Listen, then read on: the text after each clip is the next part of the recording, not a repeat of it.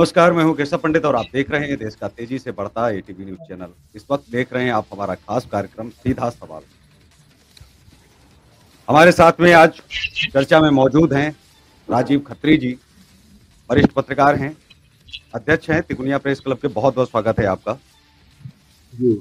हमारे साथ में अतीक शेख जी हैं, जो एटीवी न्यूज़ चैनल से हैं, प्रतिनिधि हैं, लखीमपुर खीरी से। आपका भी बहुत-बहुत स्वागत है। और हमारे साथ में सोनू अग्रवाल जी हैं, युवा नेता हैं, भाजपा नेता हैं, लखीमपुर खीरी से। आपका भी बहुत-बहुत स्वागत है। नमस्कार भाई साहब। चर्चा में आगे बढ़ने से पहले आपको बता दें कि हमने जब पहला डिबेट किया था तो लखीमपुर खीरी की पत्रकारिता पर भी चर्चा हुई थी और संपूर्ण पत्रकारिता पर चर्चा की। ये भी बताया था कि लोगों को जानना चाहिए कि भारत के अंदर पत्रकार और वकीलों ने ही केवल मिलकर के आजादी दिलवाई। डेमोक्रेसी के जनक जो हैं वो पत्रकार हैं, फादर आप कह सकते हो। और वही डेमोक्रेसी आज पत्रकारों को अलग थलग कर दिया है, पत्रकारिता को भी अलग थलग कर दिया है। न तो ये उनकी गिनती में आते, न बजट में। भारत के अंदर जाति जनगणना करवाइए, आप ये करवाइए, वो करवाइए, लेकिन कभी पत्रकारों की बातचीत नहीं होती। कभी किसी पत्रकार के घर न तो राजनेता जाते हैं, न सत्ता पक्ष के, न विपक्ष के। कभी प्रशासनिक अधिकारी भी इनके घरों में नहीं जाते। कभी ये भी हाल चाल नहीं लेते कि इनके घरों में क्या वाकई वो स्थिति में हैं जिस स्थिति में ये लोग फिर भी आवाज उठाते रहते हैं लोगों की, आम आदमी की। मुझे लगता है कि जवाब मिलेगा नहीं।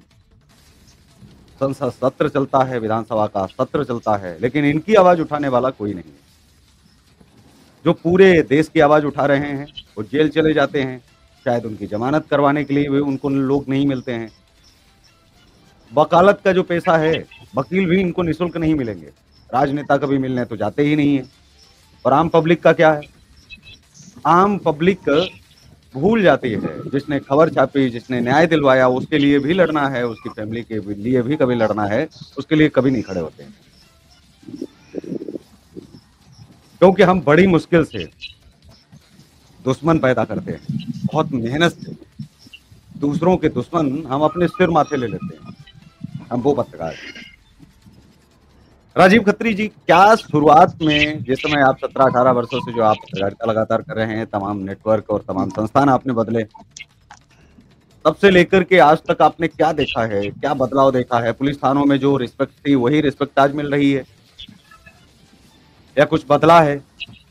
जो सम्मान पहले मिलता था पत्रकारों को, वो सम्मान आज मिल रहा है? और अगर नहीं तो क्या कारण है? कैसे वापसी होगी? इसके लिए क्या प्रेस क्लब, पत्रकार संगठन क्या चिंतित हैं या नहीं है? इस पर कभी कोई चर्चा होती है? जी नमस्कार सर। सबसे पहले तो मैं आपको ये बताना चाहता हूँ कि जो चीज आप पूछ रहे हैं कानून व्यवस्था से संबंधित, कानून का राज तो योगी राज में है ही, लेकिन कोतवाली में कहीं पर भी फरियादियों की कोई भी सुनवाई मुझे लगता बहुत कम ही है।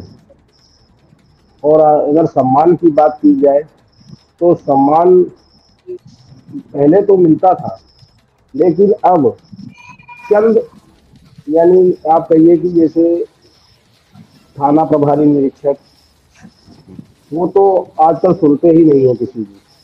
मुझे तो जहाँ तक यही लगता है। अभी लगभग 17-18 वर्षों से मैं जरूर पत्रकारिता क्षेत्र में हूँ। मैंने देखा कि राज तो कानून का आया, पहले 5 साल तो बहुत अच्छा कानून का राज रहा, सम्मान मिला, सब कुछ मिला। लेकिन अगर हम बदलाव की बात करें तो अब काफी बदलाव आ रहा है। इस समय की अगर स्थिति देखी जाए तो मैं एक तिकोनिया प्रेस क्लब का अध्यक्ष हूँ और मैंने अपने जीवन में संघर्ष किया और आज शायद मुझे सभी पत्रकार भाइयों ने मुझे मौका दिया, या ये मेरा सौभाग्य था। जी आज एक कोई भी कोतवाली प्रभारी निरीक्षक, मुझे नहीं लगता कि जल्दी पत्रकारों के फोन भी उठाते हैं। अगर हम लोग फोन करते हैं तो बहुत कम ही ऐसे हैं जो हम लोगों के फोनों पे कोई जवाब देता है। जी सोनू अग्रवाल जी, आपने देखा होगा कि राजनीति में पहले तो पत्रकार आते थे, लेकिन अब पत्रकारों ने पत्रकारिता को ही पेशा बना लिया है, लेकिन वो अब राजनीति में नहीं आ रहे हैं। अब सिर्फ इल्जाम लगाए जा रहे हैं दूर से कि नहीं भाई, राजनीति अब कुछ लोगों के घर की मेहमान जो है बन के रह गई है, वो अपने परिवार को उठाते रहे हैं। कैसे देखते हैं आप पत्रकारों की जो छवि धूमिल हो रही है, एक राजनेता बतौर आप इस छवि को कैसे देखते हैं? भाई साहब क्या लगता नमस्कार। है आपको कि पत्रकार अपनी जो छवि को खो रहे हैं, वो किस कारण खो रहे हैं? क्योंकि बहुत सारी वजहें हैं जिन पर लोग काम करते हैं क्षेत्र में, और उनको सब पता होता है, और खासकर राजनेता को तो हर समस्या, हर निराकरण और सारी चीजों पर जो है बातचीत करने का अवसर भले ना मिले, लेकिन उन्हें मालूम होता है, उन्हें पता होता है कि ये सब क्यों हो रहा है और कैसे हो रहा है। जी भाई साहब नमस्कार। मैं सोनू अग्रवाल, भारतीय जनता पार्टी में जिला कांग्रेस सदस्य हूँ और आपके चैनल के माध्यम से आज मुझे एक डिबेट में बोलने का फिर से मौका मिला, इसके लिए सादर धन्यवाद। जैसा कि आपने बताया भाई साहब कि पत्रकारों की छवि धूमिल हो रही है जी, ऐसा नहीं है। कुछ लोग हैं समाज में जो गलत संदेश भेजते हैं। ज्यादातर पत्रकार हमारे बीच हैं, मैं बहुत पत्रकारों को जानता हूँ, राजू भैया हैं, भैया अभिषेक भैया हैं, बहुत से संपादक हैं, संवाददाता हैं, टीवी चैनलों के पत्रकार हैं। मैं लगभग सबसे जुड़ा हूँ, चूंकि राजनीति करता हूँ। लगभग मैंने देखा है कि सरकार के प्रति, सरकार की कमियों को उजागर करना ये पत्रकारों का काम होता है, जनता के बीच में ये लाना उनका काम होता है, और उनकी अच्छाइयां भी दिखाना भी पत्रकारों का ही काम होता है। और जहां तक आपने सवाल उठाया कि जो पत्रकार ये गलत तरीके से, जो आप जान रहे हैं, ये इलेक्ट्रॉनिक पत्रकार हैं जो अपना इधर उधर व्यवसाय कर लेते हैं, लेकिन इनसे कोई खास फर्क समाज के ऊपर नहीं पड़ता। राजू भैया ने अभी, जैसा कि मुझे जानकारी हुई, प्रेस क्लब का गठन किया, काफी समय से, लंबे अरसे से पत्रकारिता भी कर रहे हैं। मेरे साथ भी काम किया इन्होंने, राजनीतिक संगठन में रहे, मेरे साथ काम किया। तो मैं जहां तक जान पाता हूं, वहां तक यही बात है कि सभी एक जैसे नहीं है। पत्रकार को ऐसे नहीं भारत का चौथा स्तंभ कहते हैं। आज भी सच्चे और अच्छे लोग इस लाइन में हैं, और जब तक सच्चे और अच्छे लोग हैं, पत्रकारिता हमेशा जिंदा रहेगी। लेकिन आपकी सरकार ने अभी तक चौथा स्तंभ घोषित नहीं किया है। चौथा खंबा बोल बोल के आपकी पार्टी तो खंबा पकड़ाती रही है पत्रकारों को। ऐसा नहीं है भाई साहब, आप उठा के देखिए, माननीय योगी आदित्यनाथ जी पल पल हर एक चीज की रिपोर्टिंग करते हैं। हमारे प्रदेश के मुखिया हैं, और पत्रकारों की सुरक्षा का भी सवाल हमेशा उन्होंने उठाया है। अभी कुछ दिन पहले डीजीपी साहब जो आए हैं नए, उन्होंने भी अपनी बाइट में कहा था कि पत्रकारों से सभी रूबरू होंगे, और जो भी पहल है वो पत्रकारों को जरूर बताई जाएगी। अब थोड़ी सी जन समस्याएं हैं, कहीं ना कहीं कुछ लोग ऐसे हो जाते हैं जिनको सही कह पाना आसान नहीं होता। बाकी हमारी सरकार और हमारे माननीय मुख्यमंत्री जी हर तरीके से पत्रकारों के साथ हैं। जी ठीक है। अतिक जी, आपने पत्रकारों को भी देखा है, पत्रकारिता को भी देखा है, और मैं सोनू साहब से सवाल कर रहा था, वो मेरा सवाल ये सीधा था कि पत्रकारिता को लेकर के सवाल था। पत्रकारों को लेकर के कोई डाउट ही नहीं है। जैसा पढ़ाया जाएगा, जैसे लोग मिलेंगे, संस्थान जो आदेश देंगे, ठीक वो उसका पालन करेंगे। लेकिन जो छवि है वो क्यों धूमिल हो रही है? क्या आपको लगता है कि क्या बड़ी वजहें हैं जो आज पत्रकार पर जो सवाल उठाए जा रहे हैं, उनको कई तरह की संज्ञाएं दी जा रही हैं? क्या वाकई में पत्रकारिता में ऐसा कुछ चल रहा है जिसको लेकर के अगर समय से कदम नहीं उठाए वरिष्ठ पत्रकारों ने, तो आने वाले समय में पत्रकारिता भी ठीक वैसी ही देखी जाने लगेगी जैसे पुलिस की छवि है? जैसे इस देश में कहीं ना कहीं राजनीति की छवि बहुत हद तक सुधरी भी है, साफ हुई है, लेकिन जो पुलिस की छवि बनी हुई है, अभी भी लोगों को उसके बारे में यही पता है कि अब तो कैमरा देख के नहीं बात करते हैं, पत्रकारों को ले जाके अकेले में कुटाई करते हैं। तो ना तो पत्रकार बताता है, ना पुलिस बताती है। ये समस्या हो गई है। आलम ये है कि पत्रकार कौन बताएगा आके हमको पीट दिया गया? और राजीव खत्री साहब को कोने में ले जाकर के अगर उन्होंने जो है 4 गालियां दे दी, तो खत्री साहब तो नहीं बाहर बताएंगे, और अगर बता भी दिए तो संस्थान साथ छोड़ देते हैं। बहुत सारे संस्थान कहते हैं कि नहीं भैया, पुलिस से पंगा नहीं ले सकते। तो समस्या ये है सबसे बड़ी कि जो पुलिस है वो नाजायज फायदा उठाती है लोगों का। क्या वाकई में अब बदलावों पर बात नहीं होती? क्या पत्रकार सही मायनों में जो उसको बात रखनी चाहिए और जो बात करनी चाहिए वो नहीं कर पाते हैं? कभी एसपी साहब इंटरव्यू नहीं देते हैं, कभी एसपी साहब प्रेस कॉन्फ्रेंस ही नहीं करते हैं इस चीज को लेकर के कि भाई सवाल पत्रकार वार्ता होनी चाहिए, पत्रकारों से बातचीत करनी चाहिए, पत्रकारों की समस्या पूछनी चाहिए। लेकिन क्या जिले में एक भी पत्रकार वार्ता होती है? पत्रकार दूसरों की वार्ता करवाते हैं। कभी किसी पार्टी ने सत्ता पक्ष में या विपक्ष में कभी किसी राजनेता ने ये नहीं कहा कि भैया आज पत्रकारों की समस्याएं सुनेंगे, आ जाओ जिले पर सारे लोग, बताओ अपनी अपनी समस्याएं, आज माइक हम पकड़ेंगे, बोलोगे आज आप। लेकिन क्या ये नहीं करना चाहिए? क्या उनकी समस्याएं और शिकायतें नहीं हैं? क्या उनके आवास के लिए, उनके बच्चों के एजुकेशन के लिए, क्या उनके गुजारे भत्ते के लिए, और जो वरिष्ठ पत्रकार हो चुके हैं 60 वर्ष जिनके ऊपर उम्र हो गई है, क्या उनके पेंशन के लिए बातचीत नहीं होनी चाहिए?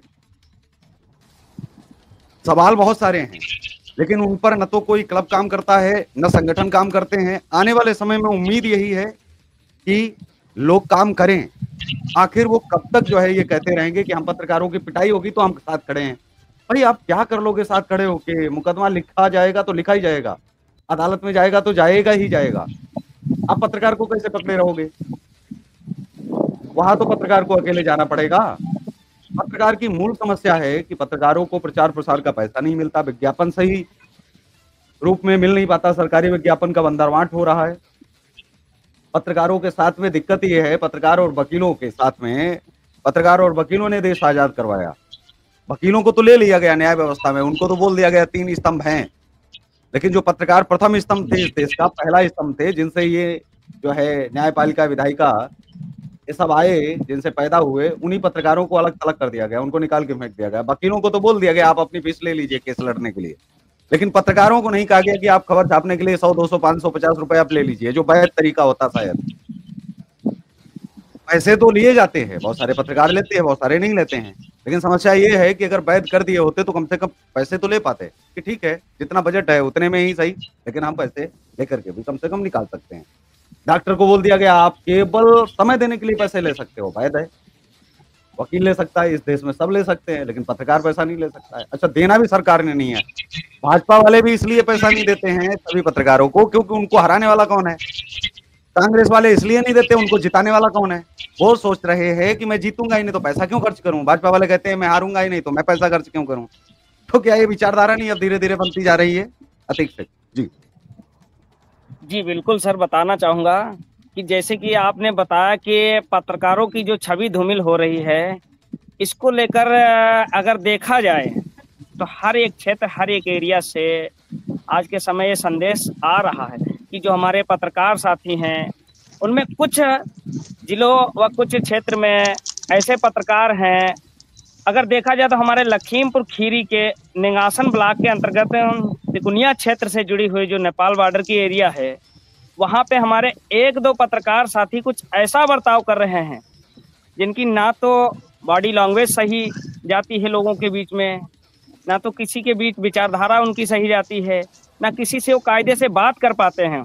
यहाँ तक अगर देखा जाए तो जो अभी एक एटीवी के माध्यम से अभी निकला था, जो चप्पल छाप करके जो पत्रकार सामने आए हुए थे, देखा जाए तो पूरी तरीके से चप्पलों के बीच में वो अपना रिपोर्टिंग करने चले जाते हैं।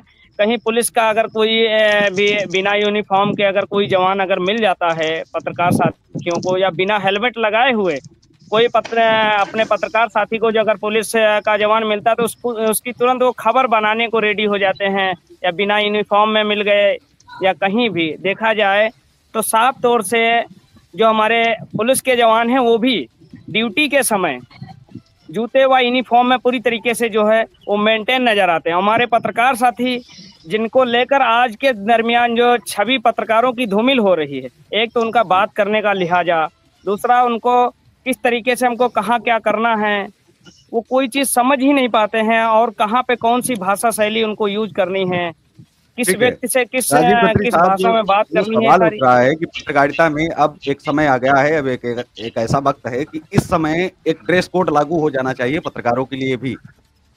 तो कुछ पत्रकार चप्पल पहन करके मुंह उठा के चल देते हैं पत्रकारिता करने, तो मुझे लगता है कि उनको तो कपड़े पहनने की भी जरूरत नहीं, नहाओ धो और वही वो जो है लपेटा और बस निकल पड़ो, क्या जरूरत है, पैसे बचेंगे। अभी आजकल तो बहुत सारे बॉलीवुड में हीरो हीरोइन भी तो ऐसा कर रहे हैं, क्या जरूरत क्या है? नागा बाबा बन जाओ, पत्रकारिता करो, रिपोर्टिंग करो अगर ऐसा ही बनना है। तो पत्रकारों को क्या यह ध्यान में नहीं रखना चाहिए कि अगर वो वहाँ जा रहे हैं कहीं मीटिंग में या कहीं सवाल पूछने के लिए या मान लीजिए रिपोर्टिंग करने जा रहे हैं, तो रिपोर्टिंग के दौरान क्या उनको अपना ध्यान नहीं रखना है? ड्रेस कोड एक है, उसका तो पालन करना पड़ेगा कि आप चप्पल या फिर आप उसी में निकल पड़ेंगे जिस चीज में होंगे। क्या इसको लेकर के संगठनों को भी पत्रकारों को समय समय पर उनको समझाना चाहिए कि ये चप्पल पत्रकारिता, टेबल रिपोर्टिंग, ये सब बंद करिए। फील्ड में जाकर के खुद की आप आईडी लगाइए और खुद की खबरों को आप देखिए कि क्या वाकई में पड़ताल आपने की है। मुझे लगता है कि लोग एक के पीछे एक चला हुआ है। एक ने पत्रकारिता कर ली, वो तो हो गई ग्राउंड जीरो रिपोर्टिंग, लेकिन दूसरा टेबल रिपोर्टिंग कर रहा है अपने पास से ही। बस उसी खबर को निकाला और उसमें हेडलाइन में 2-4 अक्षर इधर से उधर बदले, अपना लोगो लगाया और बस सीधा चला दिया। जी जी बिल्कुल बताना चाहूंगा जैसे कि जी मैं खत्री साहब से जवाब ले लूं, आप तक आता हूँ। जी जी सर सबसे पहले तो मैं ये बताना चाहूंगा कि अभी अगर हम जैसे अतीक जी ने बात की है तिकोनिया क्षेत्र की, तो अभी तक तिकोनिया क्षेत्र में कोई भी प्रेस क्लब संगठन का गठन नहीं था। सब अपनी अपनी पत्रकारिता करते थे, अपनी अपनी ही रोटी सेकते थे। लेकिन अब तिकोनिया क्षेत्र में प्रेस क्लब का गठन हो चुका है और सबको मालूम भी है। मैं एक अध्यक्ष होने के नाते मैं अपने तिकोनिया के सभी पत्रकार साथियों से यही अपील करता हूं कि अपने आप को ऐसा बनाकर जाओ कि सामने वाला देखने वाला ये कहे कि हाँ ये यार ये पत्रकार है। एक छवि बनाओ, ये नहीं कि अगर कोई मिल जाए गरीब को सताओ, उसको सताओ। और ये सताना ही इन लोगों के लिए सबसे बड़ी वजह ये है। और सर बात आती है चप्पल पहन कर निकलने की। असल में बात यह है कि पत्रकारिता लाइन से ऐसे ऐसे लोग यहाँ से जुड़ गए हैं जिनको पत्रकारिता की ABCD भी नहीं मालूम है।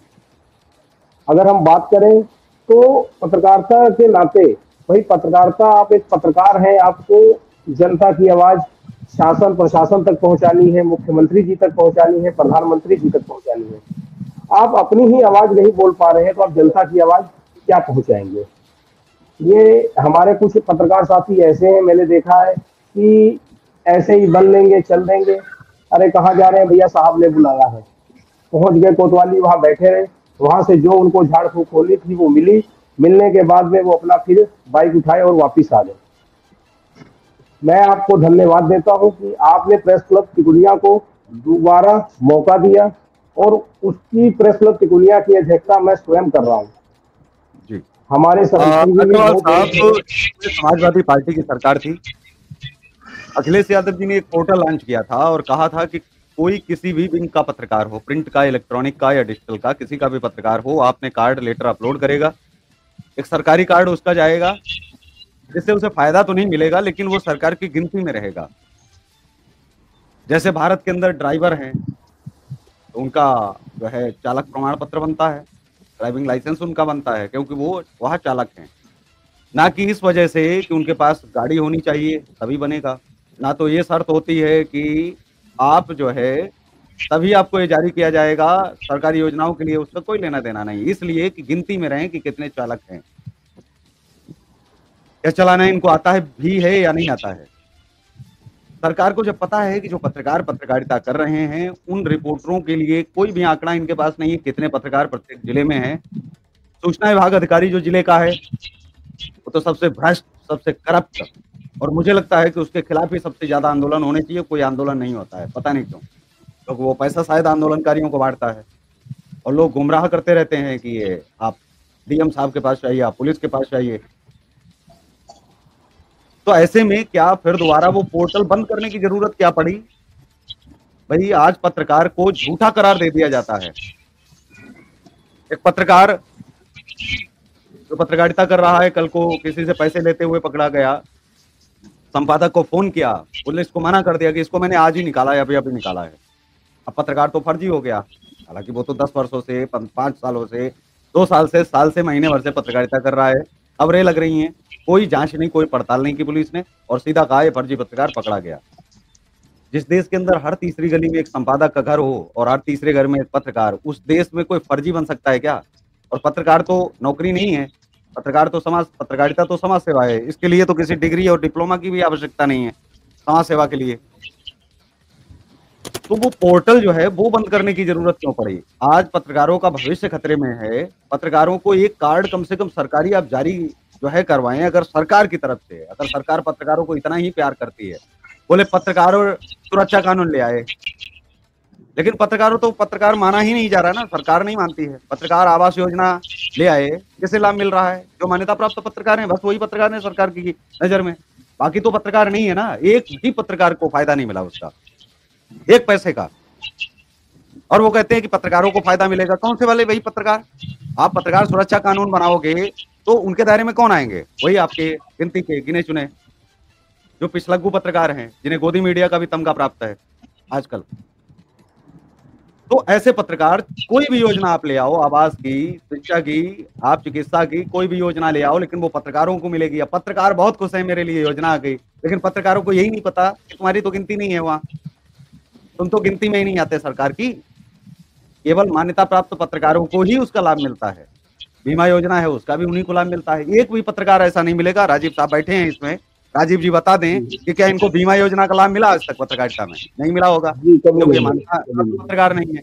तो गिने चुने पत्रकार सिर्फ हैं जो गिनती के हैं। बहुत सारे पत्रकारों के साथ अभद्रता होती है। सरकार ने कहा 50,000 रुपए दिए जाएंगे, आज तक कितने पत्रकारों को मिला है? और तमाम पत्रकार ऐसे हैं जिनके साथ अभद्रता की गई, पुलिस के द्वारा भी की गई, राजनेताओं के द्वारा भी की गई। पत्रकारों को मिला, लेकिन कौन से वाले?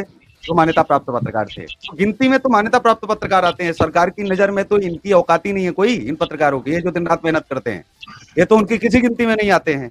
इनका कोई आंकड़ा नहीं है सरकार के पास। कैसे चलेगा? मतलब कैसे सरकार बोलती है पत्रकारों के साथ में, कौन से वाले? जी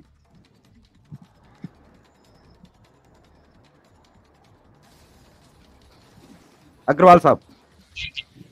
जी, जैसा कि आपने बताया, मैंने आपकी बात को बहुत गौर से सुना और ध्यानपूर्वक उसको समझा भी।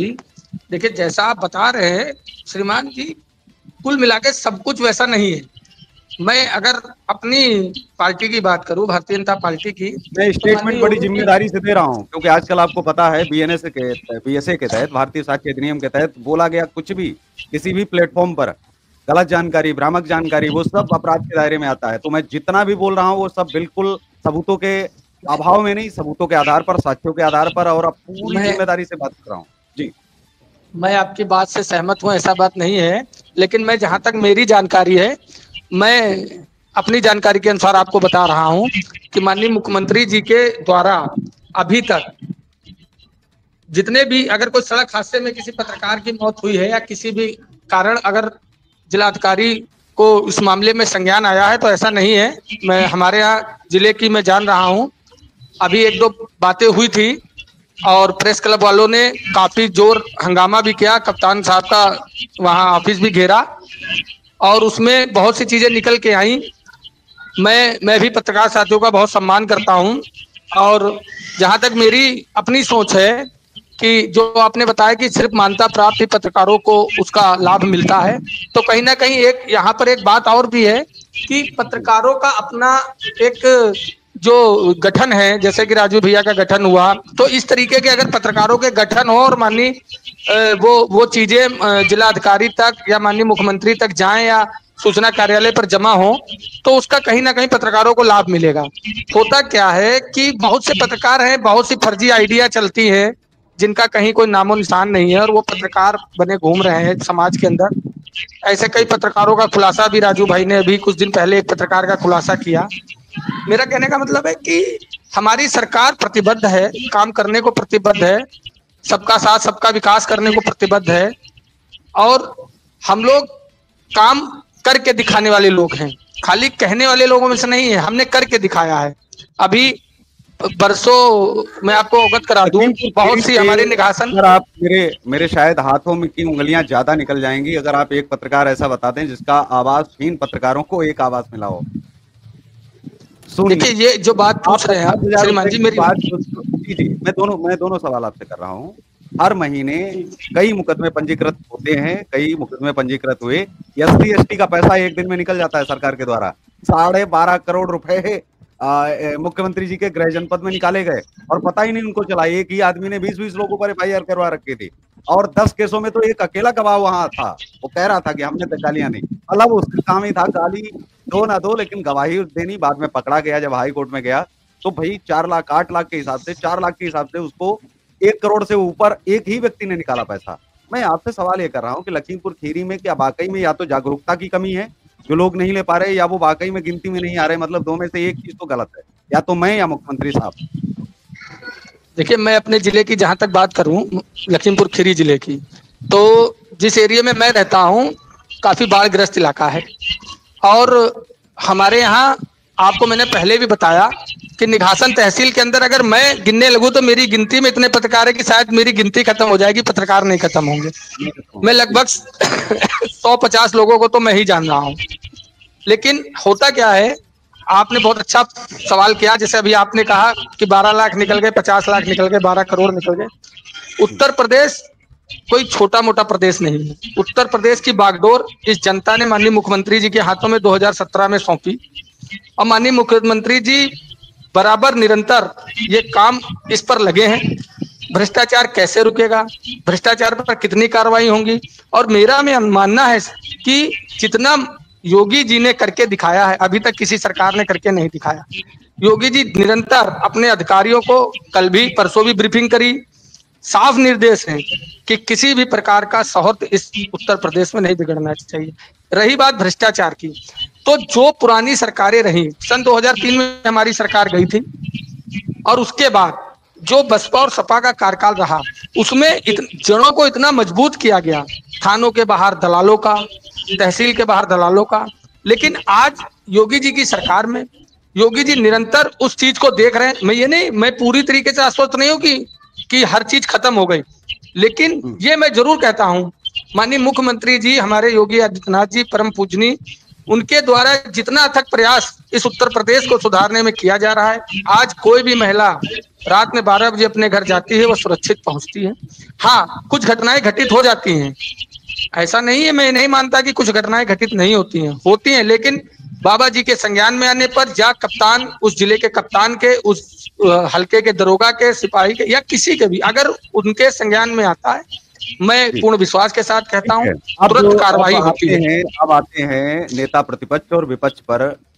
हर जिले में हर नेता को पता है कि गलत काम हो रहा है। जब तक कोई पार्टी सत्ता में होती है तब तक विपक्ष को यह लगता है कि बालू माफिया उनको दिखते हैं, खनन माफिया उनको दिखते हैं, एजुकेशन माफिया दिखते हैं, हर तरह के माफिया दिखते हैं। और जैसे ही विपक्ष की पार्टी सत्ता में आती है, उनको वही सारे माफिया आय के स्रोत लगने लगते हैं, गायब से हो जाते हैं। हालांकि ये सिर्फ केवल आप पर ही इल्जाम नहीं है, ये इल्जाम विपक्ष पर भी है कि जिस सड़क आंदोलन करेंगे, सड़क पर जाकर के सड़क का घेराव करेंगे, पहले तो हर महीने ये देखते हैं कि कौन सा जाति में फायदा हो सकता है, कौन सा बलात्कार किस जाति के व्यक्ति ने किया, उनमें से जाति ढूंढ के लाएंगे और फिर उसके हिसाब से जो है ये तय किया जाता है।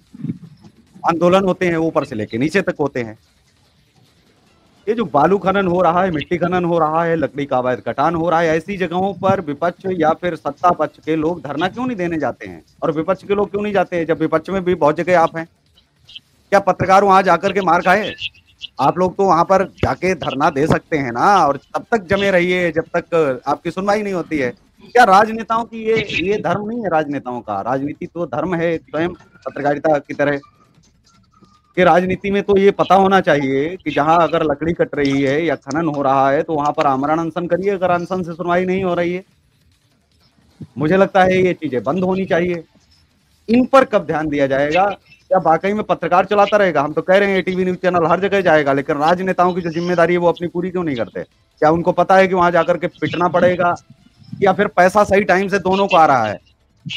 मतलब दोनों में तो कोई चीज है, या तो आंदोलन नहीं हो पा रहे हैं, पता नहीं है, ऐसा भी नहीं बोला जा सकता है, और या फिर पैसा सही समय से पहुंचा रहे हैं, मतलब कोई लेट नहीं है, कोई देरी नहीं है। जितने माफिया हैं वो सही समय से पैसा पहुंचा रहे हैं अग्रवाल साहब, और वो भी मुझे लगता है विपक्ष वालों को कुछ ज्यादा पहुंचा रहे हैं, क्योंकि विपक्ष वाले तो जाते ही नहीं कभी धरना देने, उनको मालूम है। जी महोदय, जैसा कि आपने बताया, माफिया, बड़े बड़े माफिया योगी जी ने धराशाही करा दिए। आपको शायद मैं आपको क्या बताऊंगा, आप तो खुद ही इतने बड़े चैनल के आप एंकर हैं। तो बड़े बड़े माफिया धराशायी हैं। मैं जहां तक बात करूं, अभी आपने कहा पत्रकारों ने बहुत ही अच्छी तरीके से कवरेज किया है बालू खनन और मिट्टी खनन, और ऐसा नहीं है, कई कार्रवाइयां हुई हैं। मैं अपने नजदीकी थाना तिकुनिया क्षेत्र के अंतर्गत कई कार्रवाइयां हुई हैं, चाहे मौजूदा एसडीएम साहब राजू निगम जी हों, इससे पहले हों, उनसे पहले हों, कई सारी कार्रवाइयां हुई हैं। और ये जो आपने बताया विपक्ष का काम सिर्फ झूठ बोलना है, क्योंकि विपक्ष जो नहीं कर पाया तो उसको अर्निगल जनता के बीच में जाति फैलाने का काम, झूठ बोलने का काम विपक्ष का है। आज हमारी सरकार निरंतर काम कर रही है। आप देख लीजिए, अभी बिल्लाया से मेरे तिकोनिया क्षेत्र में वर्षों से जो काम नहीं हुआ, बिल्लाया कालेसरन से कोड़ियाला घाट तक चौड़ीकरण का काम चल रहा है। 2 किलोमीटर का बंधा जसनगर पर बंधा है। कुछ खामियां रह जाती हैं, मैं ये नहीं कहता काम होता है, कुछ खामियां रह जाती हैं जिनको हम लोग अपने जनप्रतिनिधि द्वारा अवगत कराते हैं, उनको काम कराने के लिए बोलते हैं, और पूरा आशा और विश्वास है वो काम होते हैं। चाहे साइफन की सफाई हो, घाघी नाला हो, अदलाबाद से टहरा की रोड हो, कई सारे काम जो अभी तक हमारे निघासन क्षेत्र में नहीं हुए थे वो हो रहे हैं। अब रहती है बात खनन माफियाओं की, मिट्टी माफियाओं की, तो जो ये विपक्ष के लोग हैं, इनका सिर्फ एक ही काम है कि सरकार, क्योंकि योगी जी आज जो सरकार चला रहे हैं, बहुत ही अच्छी सरकार चल रही है।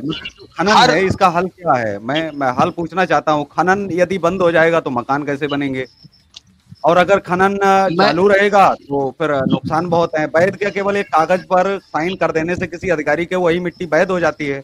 मतलब ये समझ में नहीं आता मुझे सरकार की ये नीतियां। जी, कुछ श्रीमान जी, कुछ विभाग ऐसे हैं, जैसे हमारे जोराहा से बालू खनन हो जाता है, उसका ठेका नहीं हो पाता, कहीं वो जंगलात आ जाता है, कहीं सिंचाई विभाग आ जाता है। अगर जोराहा का ठेका हो तो उसको सरकार की भी आमदनी हो जाएगी। बीच में मुझे पता चला था कि जोराहा का ठेका शायद अब खुल जाएगा, क्योंकि जहां जहां अगर आप ये देखें कि जहां जहां सरकार खुद स्वयं बालू को देती है रॉयल्टी के रूप में, तो वहां इतनी बड़ी समस्याएं नहीं है। लेकिन ग्रामीण इलाकों में क्या होता है, हमारा जो क्षेत्र है वो नदी का ही किनारा है। आदमी अपनी रोजी रोटी चलाने के लिए उन सब कामों में लिप्त हो जाता है, क्योंकि आसानी से चीज उपलब्ध हो जाती है। शासन प्रशासन जिले पर, तहसील पर यहाँ से 28-30 किलोमीटर दूर, और सबसे बड़ी बात यह है कि ये सब काम रात्रि में ज्यादा किए जाते हैं। मैं भी, ऐसा नहीं है कि मैंने देखा नहीं है कि खनन नहीं होता है, खनन होता है, लेकिन हमारे अधिकारी कर्मचारी, हमारी सरकार, सभी लोग प्रतिबद्ध हैं। जब भी कोई सूचना दी जाती है तो कार्रवाई होती है। जी, आप बातचीत में एक बात तो आप स्वीकार कर ले गए कि रोजी रोटी की खातिर लोग अपराध जो है करते हैं, और अपराध हैं अभी।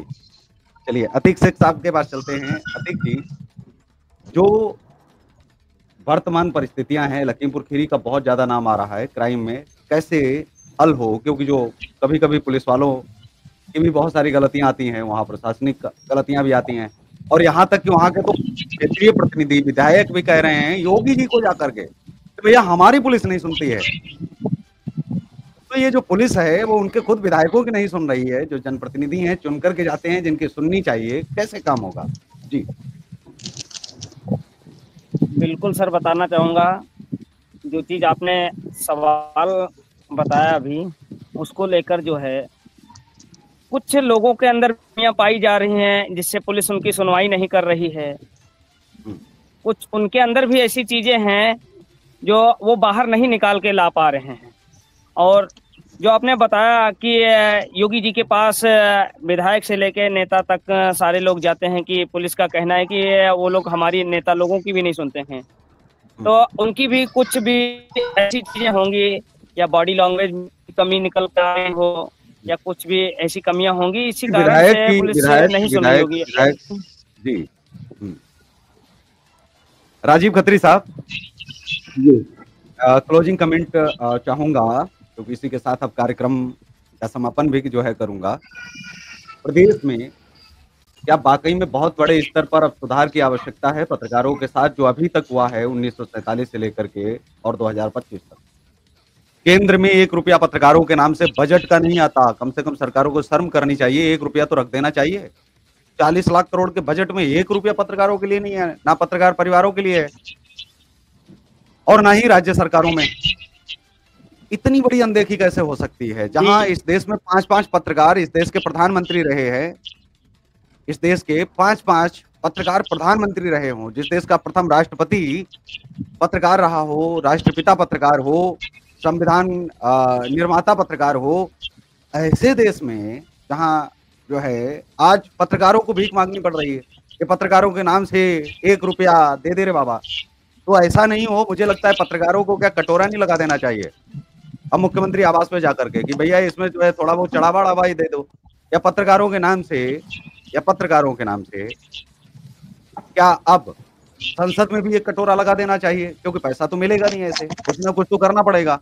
तो आने वाले समय में क्या आपका प्रेस क्लब भी ऐसी तैयारियां या ऐसी चीजें जो है करेगा? क्योंकि पत्रकारों की जो आर्थिक दशा है यदि वो सुधर गई तो कोई गलत काम नहीं होंगे, लोग खबर को खबर छाप पाएंगे, विज्ञापन को विज्ञापन कह पाएंगे, तभी जो है पत्रकारिता स्वच्छ हो सकती है।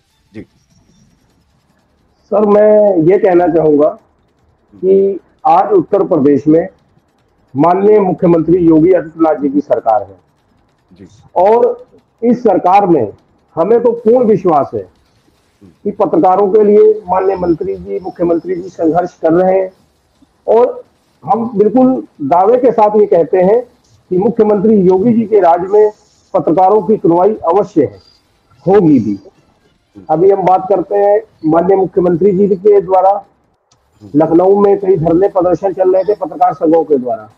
जैसे ही मुख्यमंत्री जी के संज्ञान में आया, उन्होंने तत्काल प्रभाव से कई सेवाएं लागू की, जो शायद 1 जुलाई से प्रदेश भर में लागू होने वाली है। पर हमें ये जानकारी नहीं है कि वो किन पत्रकारों के लिए है, कि सिर्फ मान्यता प्राप्त पत्रकारों के लिए कि पूरे प्रदेश के पत्रकारों के लिए। जी सर। जी बिल्कुल, वही सवाल आता है कि अगर यदि ऐसा नहीं हुआ तो कई योजनाएं पहले आई हैं, उनका भी लाभ नहीं मिल पाया, और जो आने वाली योजनाएं हैं उनका लाभ मिलेगा कि नहीं मिलेगा, ये जो सवाल है वो कहीं ना कहीं बड़ा सवाल है और इस पर भी चर्चा जो है आने वाले समय में होगी। अग्रवाल साहब, आपसे भी क्लोजिंग कमेंट हम लेना चाहेंगे कि आप पत्रकारों की दशा दुर्दशा सुधारनी अगर है तो पत्रकारों की गिनती होनी चाहिए, पत्रकारों के लिए एक अलग पोर्टल होना चाहिए जहां वो बेचारे अपना कम से कम नाम तो डाल पाए, ताकि सरकार के पास भी जो है एक आंकड़ा रहेगा कितने पत्रकार हैं कितने नहीं है। यदि वो निष्कासित हो तो संस्थान वहां पर लेटर भेजे कि भैया अब ये निष्कासित हमने कर दिया है। कल को कोई भी डिजिटल विंग एक बना दो, एक प्रिंट एक इलेक्ट्रॉनिक। प्रिंट का पत्रकार अपना कार्ड लेटर अपलोड करेगा, 7 दिन में उसको जो है वहां पर फीस रख दी जाए 200, 250, 500, 700 कार्ड लेटर भेजने का, ताकि कमाई भी सरकार की होगी उससे। और दूसरा, जब वो पत्रकार नहीं रहे तो वो अपना वहां पर इस्तीफा दे देगा या लगा देगा, जो भी है कि अब मैं इसमें काम नहीं कर रहा हूं, मेरा कार्ड निरस्त कर दिया जाए, या संस्थान खुद लगाए वहां बोल करके। जी भैया, आपने बहुत अच्छी बात कही। मैं ये कहना चाहता हूँ, पत्रकार सच का आईना होता है। पत्रकार एक ऐसी कड़ी है जो जनता के बीच में सच दिखाता है, जनता को बताता है। बहुत ही आज से अगर आप कुछ समय पहले चले जाएं तो लोगों के घरों में टीवी नहीं था, लोग रेडियो पर दूरदर्शन एक चैनल आता था जिसकी आकाशवाणी को सुनकर देश के हाल की स्थिति जान लेते थे। आज शायद टेक्नोलॉजी हमारे देश में 2014 के बाद जब से माननीय प्रधानमंत्री जी आए हैं, तब से हर आदमी के पास अपना एक निजी मोबाइल है, और मोबाइल के जरिए आदमी अब टीवी की तरफ नहीं देखता, अब मोबाइल की तरफ देखता है और उस न्यूज को जान लेता है जो न्यूज उसके घर के बगल से चलती है। तो पत्रकार एक सच का आईना है। मैं आपकी बात से सहमत हूं कि कुछ लोग ऐसे भी हैं जो पत्रकारिता को सिर्फ बदनाम करने का काम करते हैं, लेकिन बहुत सारे मेरे पत्रकार भाई ऐसे हैं जो तन मन धन से सच को दिखाते हैं, अधिकारियों से उनकी करतूतों का सवाल पूछते हैं और अधिकारी मजबूर होता है। क्योंकि अगर मैं मानता हूं, कल हमारे जिले में नितिन अग्रवाल जी थे, काफी सारे पत्रकारों ने उनसे सवाल किया और उन्होंने उनके सवालों का जवाब दिया। जवाब देना हर जनप्रतिनिधि की, हर अधिकारी का मौलिक अधिकार है, उसको जवाब देना पड़ेगा अगर वो पद पर बैठा है। हम लोग भारतीय जनता पार्टी के सेवक हैं, कार्यकर्ता हैं, और हम लोग भी अपना फर्ज समझते हैं कि अगर हम लोग से भी पत्रकार को सवाल करते हैं तो हम उसको जवाब देते हैं। और जितना मेरा अनुभव कहता है महोदय कि आपने जो बात कही पत्रकारों के आईडी और पत्रकारों का सम्मान, तो माननीय मुख्यमंत्री जी इस दिशा में काम कर रहे हैं। मुझे पूरा विश्वास है आने वाला समय पत्रकारों के लिए अच्छा होगा, ये मुझे आशा और पूर्ण विश्वास है। जी ठीक है। अतीक शेख जी, क्लोजिंग कमेंट, जो पूरा विषय आपने सुना, सोनू साहब ने जो बात अपनी रखी, उनको भी आपने सुना, राजीव साहब ने भी अपनी बात जो है रखी है। जी। जी बिल्कुल, बिल्कुल सर, बताना चाहूँगा, जैसे सोनू अग्रवाल जी ने कहा कि ये पत्रकार जो है एक सच का आईना होता है। मानता हूँ कि ये सत्ता का जो तराजू एक पत्रकार को दिया जाता है, पत्रकार को एक देश का चौथा स्तंभ दिया बताया जाता है, जो कि उसी में अगर देखा जाए तो हमारे कुछ पत्रकार साथी ऐसे हैं। मैं तो उसी सवाल को लेके एक मुद्दा रख रहा हूँ कि हमारे पत्रकार साथी जो सच का आईना जिनको अभी बताया गया माननीय जी के द्वारा, उनके अंदर कुछ ऐसे आईने हैं जो उनको 500 रुपए पकड़ा दिए जाए, खनन का पूरी तरीके से सैलाब बहा दिया जाए और वो शांत रहेंगे, कोई खनन कोई कुछ नहीं है। अगर उनको 200 रुपए मिले तो अगर एक ट्राली मिट्टी कोई घर के लिए अपने या कोई भी अपने पर्सनल काम के लिए भी लेके जा रहा है, उसको जो है सैलाब दिखाने का काम पत्रकार करते हैं वहां के। वो भी सिर्फ और सिर्फ एक आधे पत्रकार ऐसे हैं जो बात को समझ नहीं पाते हैं कि किसको कैसे करना है। कहीं भी अगर लकड़ी का कटान देख रहे हैं, अगर 200 रुपए उनसे मिल गए तो पूरी तरीके से ऑक्सीजन का खामियाजा खत्म कर दें, फिर भी जो है वो कुछ दिखाने का और बताने का काम नहीं करेंगे। अगर उनको 500 या 200 रुपए या 500 रुपए नहीं मिले, फिर वो इस तरीके से दिखाएंगे कि पूरी तरीके से अगर जो है लकड़ी का कटान हो रहा है या पेड़ों का जो है पूरी तरीके से पेड़ों को नष्ट किया जा रहा है, तो वो लखीमपुर खीरी के अंदर ही किया जा रहा है। इस तरीके से यहाँ पे जो एक सच के आईने में बैठे हुए हमारे पत्रकार साथी, जिसमें कुछ साथी हमारे ऐसे हैं जो पूरी तरीके से पत्रकार समाज को बदनाम करने का आपका आरोप यहाँ है, आपका आरोप जा रहा यहाँ है जी, आपका आरोप यहाँ है कि बड़े पत्रकारों के पास समय नहीं है और जो छोटे पत्रकार हैं वो कहीं ना कहीं, कुछ पत्रकार ऐसे हैं जो छवि बिगाड़ने के लिए पैसे लेकर के खबर को छोड़ देते हैं, खबर से छेड़छाड़ करते हैं, जो खबर वाकई में चलानी चाहिए उसे छोड़ देते हैं। सोनू अग्रवाल साहब, आप कुछ कह रहे थे, आप जी। मैं ये कहना चाहता था कि जैसे भैया ने भी बताया, भैया कह रहे थे 500 200, मैं इन बातों को सिरे से तो नहीं खारिज कर सकता, लेकिन जो अभिषेक भैया कह रहे हैं कि तो इसका कहीं ना कहीं बड़े पत्रकार जो हैं, चाहे वो तहसील स्तर के हों चाहे जिला स्तर के हों, एक परिवार है पत्रकार। इसलिए इस तरीके के आरोप लगाना मैं समझता हूं चैनल पर ठीक नहीं है, क्योंकि तो मेरा अपना मानना है कि कुछ लोग हो सकते हैं ऐसे, लेकिन जब तक कोई साक्ष्य ना हो तब तक इस तरीके की बात कहना उचित नहीं है, क्योंकि सभी अपने लोग हैं, एक पत्रकार परिवार है। मैं छोटी सी बात एक और कहना चाहता था, जैसे अभी मेरे ग्राम सभा सुतना बरसोला जहां मैं रहता हूं, मेरी ग्राम पंचायत है, और यहाँ पर एक मुझे लगा, मैं क्षेत्र पंचायत सदस्य प्रतिनिधि भी हूँ, मेरी पत्नी यहाँ से क्षेत्र पंचायत सदस्य है, प्रादेशिक वार्ड नंबर 13 से। मुझे जब अवगत हुआ कि मेरे ग्राम पंचायत में धन का कहीं ना कहीं बंदरबाट हुआ है, तो मैंने अपने विधायक जी को एक पत्र दिया। मैं आपको पत्र भी दिखाना चाहता हूँ, ये वो पत्र है भाई साहब, ये मैंने विधायक जी को एक पत्र लिख के दिया, जिसमें कि मैंने बताया कि कितना कितना पैसा कैसे कैसे बंदरबाट हुआ, और हमारे माननीय विधायक जी ने तुरंत उसको संज्ञान में लिया और उन्होंने मेरे लेटर के ऊपर अपना कमरी लेटर लगाया और शासन को भेज दिया। तो कहीं ना कहीं हमारी सरकार भ्रष्टाचार के खिलाफ काम करती है, लेकिन समस्या यहाँ है कि हम काम करेंगे, लेकिन हम सबूतों के साथ काम करते हैं, हम फर्जी काम नहीं करते। आने वाले समय में मुहर्रम का त्यौहार आने वाला है, कांवड़ का त्यौहार आने वाला है।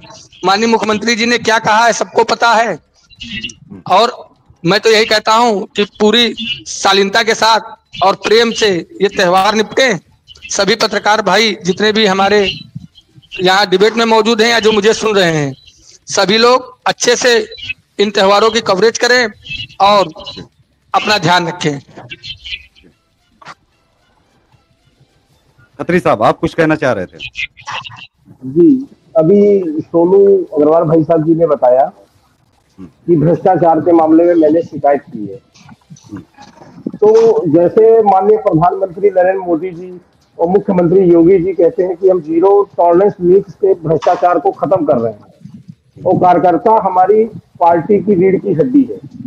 तो मैं यही चाहता हूं कि जैसे सोनू भाई जी ने अपनी ग्राम सभा सुखना से इस आवाज को उठाई, और माननीय मुख्यमंत्री जी तक विधायक जी के रास्ते से पहुंचाया।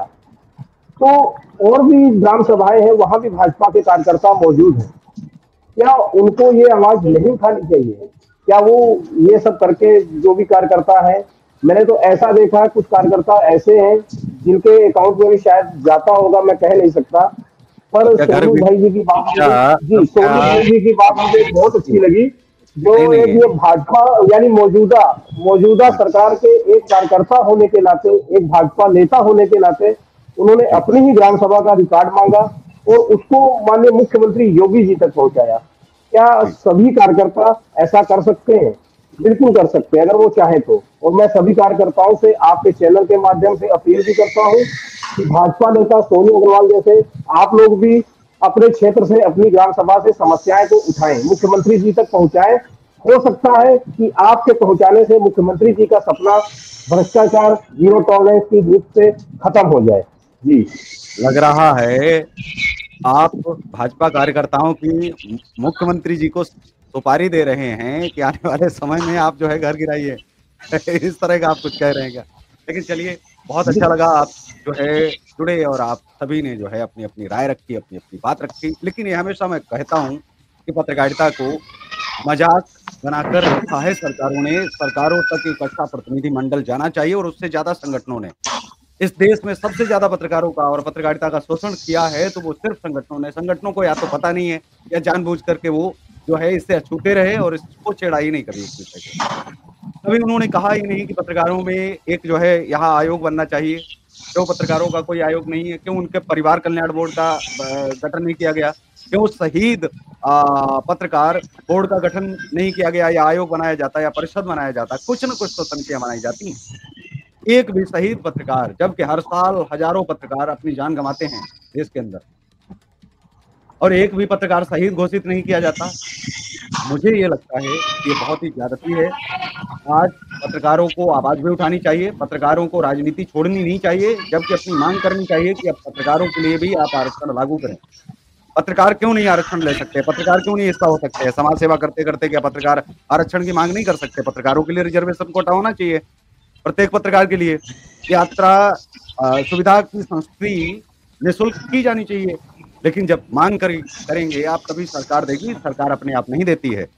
अन्यथा भाजपा सरकार ने तो, लोग आरोप यही लगाते हैं कि भैया 2-2 करोड़ को जो कहा था मोदी साहब ने, पकड़ पकड़ के नौकरी दी गई, लेकिन लोगों ने जबरदस्ती ली नहीं। तो आपको सपाई थे, वो बोल रहे थे कि जब सपा सरकार आएगी, उन्होंने कहा था कि जिस तरह से हम वैक्सीन लगवाएंगे अपनी सरकार में, तो ठीक वैसे ही नौकरी भी हम अपनी सरकार में लेंगे, हम नहीं लेंगे भाजपा सरकार में। अभी उनका सपना कैसे पूरा हो सकता है? क्योंकि भाजपा सरकार तो 1947 से अब 2047 में वो कह रहे हैं कि भाजपा 47 से पहले नहीं जाने वाली है।